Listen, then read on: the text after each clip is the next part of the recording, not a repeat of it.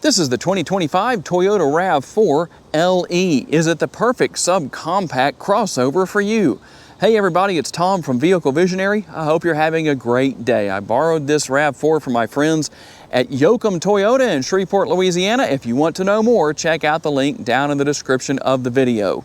This is the front-wheel drive version of the RAV4, but you do have optional all-wheel drive. And for those of you that don't like some of the other Toyota models that have the large grills, you don't have to worry about that here. The grill being not quite as big. The upper grill is decent size. I'd say it's about average, but not too much for those of you who don't like such a thing. And then the lower grill, about the normal size. LED projector beam headlights and LED daytime running lights. You can see your turn signal indicators right there. And in this case, we're gonna have the 17-inch wheels. Gonna have a matte black finish, but that 17-inch wheel means a little more sidewall. That means somewhat of an improved ride quality. Now, you won't find turn signal indicators built in here, but keep in mind price point. You have the power adjustable side view mirrors. Now, you don't have standard heated side view mirrors, but that is an optional feature for those who want it. And we'll have our shark fin antenna up top, finish things off here with the rear roof spoiler at the back. Also our rear window wiper. And you can see that we have the blackout package here. We're gonna have the black RAV4 logo. I told you this was the LE trim level, and the dual exhaust. While this is not something that would be considered high performance by any stretch of the imagination, in my opinion, it's better to have the dual exhaust because it just looks better than having a single exhaust pipe. Under the hood is the naturally aspirated 2.5-liter four-cylinder that makes 203 horsepower and 184 pounds-feet of torque. Something that might be a surprise to some people is the absence of a CVT. That's right, it is going to have an 8-speed automatic transmission. Let's take a look at the window sticker for the potential MPGs. We're looking at 27 city, 35 highway, 30 combined, and 3.3 gallons of gas per every 100 miles driven. To gain access to the gas tank, pull on that lever, and you'll notice that the gas door opens. And this is going to be a 14.5 gallon gas tank. On a single tank of gas, you should be able to drive about 392 miles in the city. That number jumps up to 508 miles out on the highway. Not guaranteed numbers, but those are the potentials. Max towing comes in at 1,500 pounds. Now, you don't have a power tailgate back here, but you can see that it is dampened. You just pick up on it a little bit, and the dampening takes over. Cargo capacity ranges from 37.6 to 69.8 cubic feet, depending on if you fold the seats down or not. You got your cargo net right here for a little bit of additional storage. And let's see if I can get in here and at least show you a partial. There you go, you can see the whole thing. The spare tire, that's something else that I know will make a lot of people very happy. Here is the key fob, or the remote, as some people like to call it. You're gonna have lock, unlock, and you have your panic button right here. Now, you'll notice this button, when you push that button, that is how you're going to start this particular model. It does not have push button start. You will need to use a key. Kind of an old school thing of sorts, but some people are going to likely think that's better than having the push button start. We're gonna have our armrest right here. Little bit of padding right there, not a lot, but let's see. It feels like, man, it'd probably be more comfortable than expected. And we'll have our door bin right here, cloth seating or cloth interior with your seating, and something that a lot of people like to ask about. You'll notice that there's a little bit of a difference in the seating position with your seat backs right here. There is a little bit of potential recline built in, not a lot, but those are the adjustable positions right there, just 2 positions. And we'll find a rear seat pocket. But the thing that I know a lot of you like here is going to be the rear air conditioning vents and then your connectivity right there. And we'll also have the fold down armrest with the cup holders built in. We're going to get that seat belt out of the way.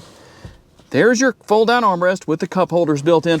And something that I think is a bonus is you don't have to pull the seat belt down from the roof line and put it in place down here to be able to use that. It's built into the seat back itself. That is a much better and more convenient design.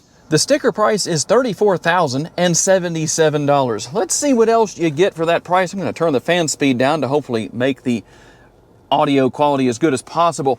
Now, you won't find power seats for the driver or the passenger, but both are adjustable, manually adjustable, and larger armrests and door bins here in the front seat area with the front doors. I like the additional storage space above the glove box. Always nice to see automakers taking advantage of that. There's your glove box, plenty of space in there, although you can't see much of it. And you might notice I didn't say anything about a sunroof. Well, there isn't one here. But you can see some of your controls up here. You also have your sunglass holder. And if you're wondering about Home Link, that's actually located right down here underneath the mirror. There are 3 buttons there to use where that is concerned. And we will find 1 touch down and 1 touch up windows at all 4 corners. In fact, that's not something you'd likely expect to find at this price point. Power adjustable side view mirror controls right here. You can lock and unlock the windows and the doors right there. You can see some of our other controls. There's your auto high beams. You can drop that lever to adjust your tilt and telescopically adjustable steering wheel. And your steering wheel mounted controls will be here. And you can go through a lot of information right here on the driver's display, depending on what you need to see or what you need to know about. I'm not going to go through all of it, but just to show you a little bit of what is here.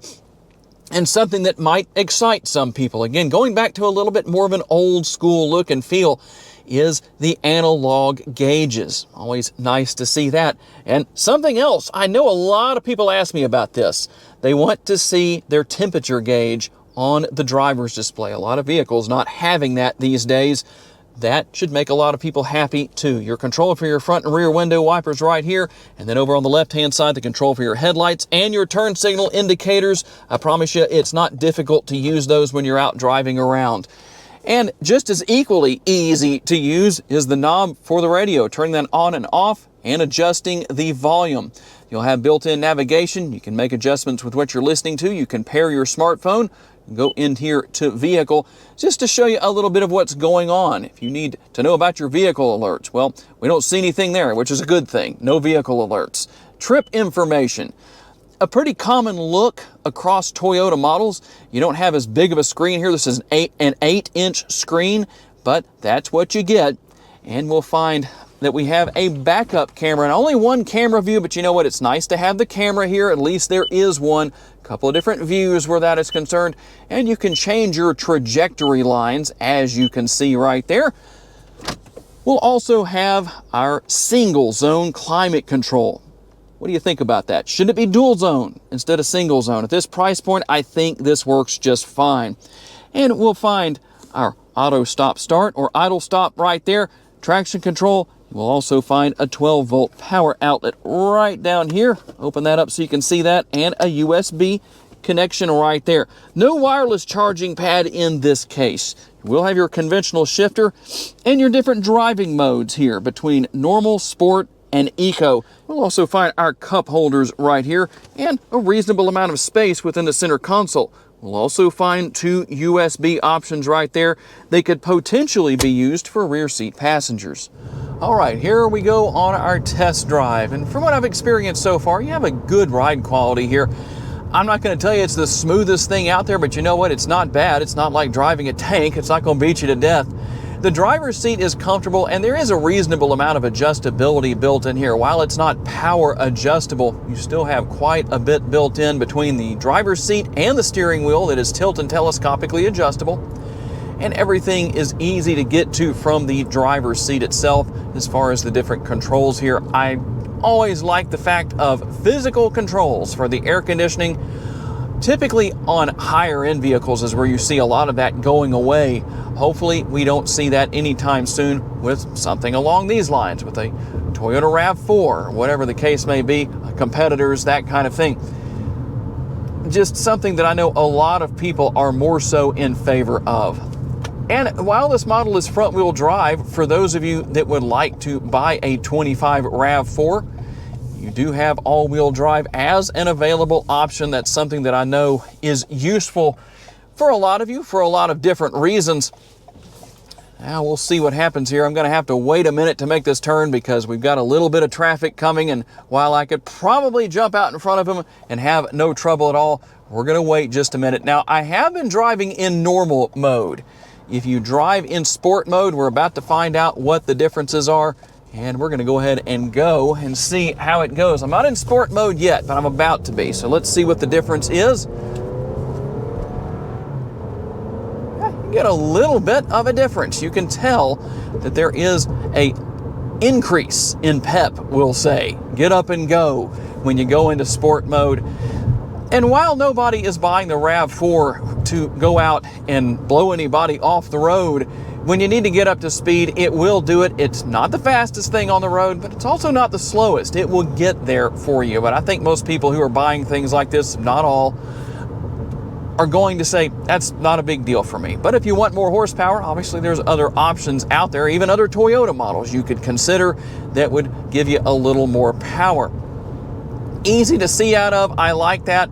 And as far as a little bit of an old school experience when it comes to not having push button start, well, that's one thing that this RAV4 LE offers, because you still have to put the key into the ignition and turn it on.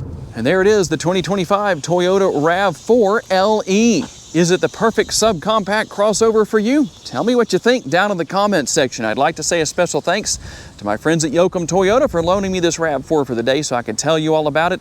And a special thanks to all of you for being kind enough to give me the opportunity to give you a vision for your next vehicle. If you enjoyed this video, please be sure to hit the like button. Please be sure to subscribe so you don't miss any future videos. And if you would, share this video on your timelines on social media so other people can see it. If you'd like to learn about additional vehicles you may wish to consider purchasing, check out the video that's on the screen right now, and I will see you there.